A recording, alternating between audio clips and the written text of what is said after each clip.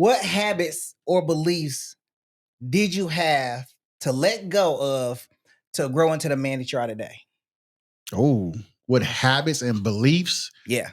To believe it or not, bro, I used to smoke a lot of cigarettes. Really? Yeah. I wouldn't have pictured it, bro. Me too. She tell you that. I used to smoke a wouldn't have pictured lot it. of cigarettes, bro. And I'm what when my pops passed, that really got me to throwing them back. What broke it was my son, bro. She had just had my son, and we had brought him home. I went outside, smoked like 3 cigarettes. That's how I was smoking. I was smoking like 3 cigarettes. Came in, and I went to grab him. Bro, he would not come to me. He grabbed onto my wife's clothes and would not come to me. And I'm like, why he? So I went and took a shower. Took another shower. It's like, okay, I said, babe, do I still smell like cigarettes? She was like, no, you good. Spray some cologne on. Bro, did like this. He came right to me, man. That was my last cigarette because I knew he didn't like cigarette smoke. I said, that's what it was. And she had them all day. So I couldn't let her continue to have them because I was at work. Yeah. You know what I'm saying? Yeah. So I'm like, damn. So that was my last cigarette when I came from outside and tried to get them, bro. That was it. Cigarettes. Wow. That's whew, you know how many fathers wouldn't have quit? They probably would have dialed back, or they would have just took the shower.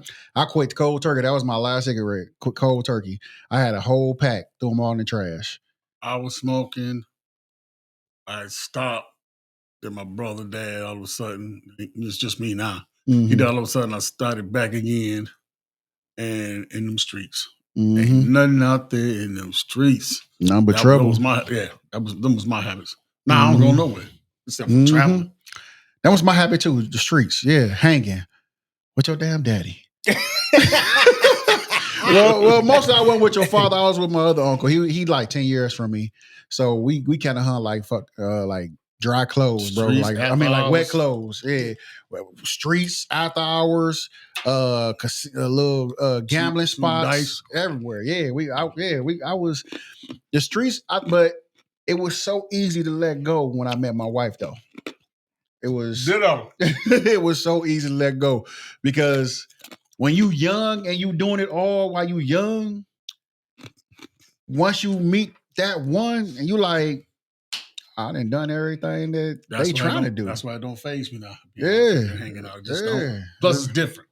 Way different. So what I had to let go was a criminal activity. That's what we mean when we say streets. Yeah. I just rephrased it. I know I got the story. Yeah. I ain't supposed to be here. Yeah. I could have said that. I chose streets. Yeah.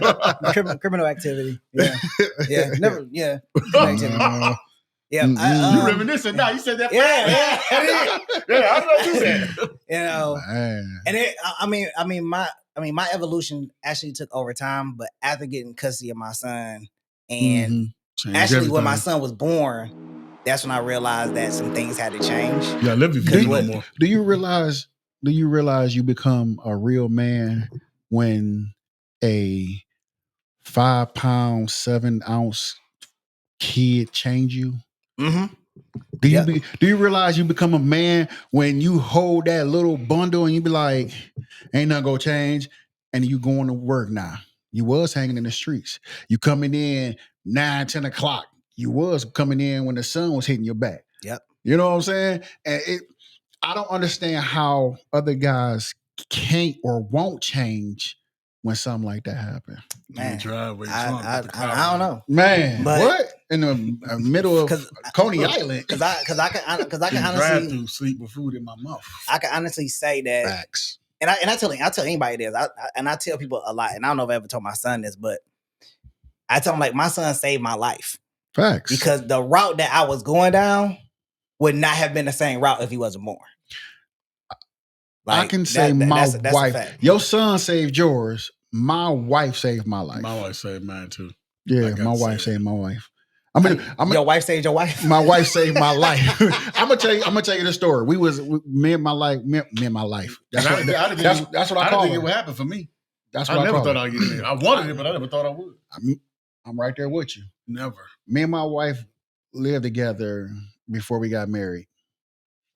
I went out, and this when I was still trying to be a street guy and a good boyfriend. You know what I'm saying? Came in the house. It was like 6:15 in the morning. Okay. I walked in the front door like I was just like, I'm good. Like what? She was sitting on the stairs. She said, "That's what you want?" I said, "Huh?" Drunk. I was drunk as hell. But when she said them words, I sobered up, bro.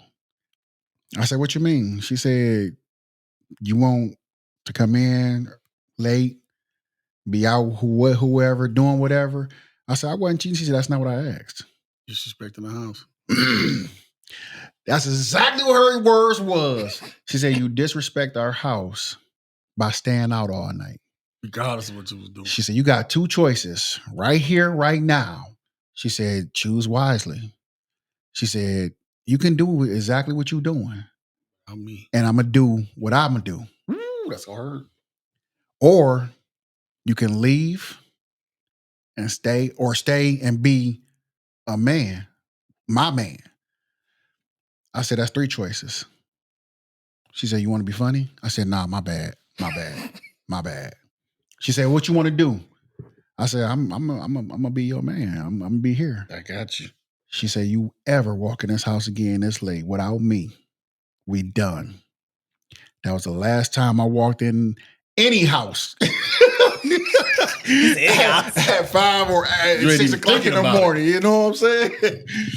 So yeah, she saved my life, bro. She crazy shit.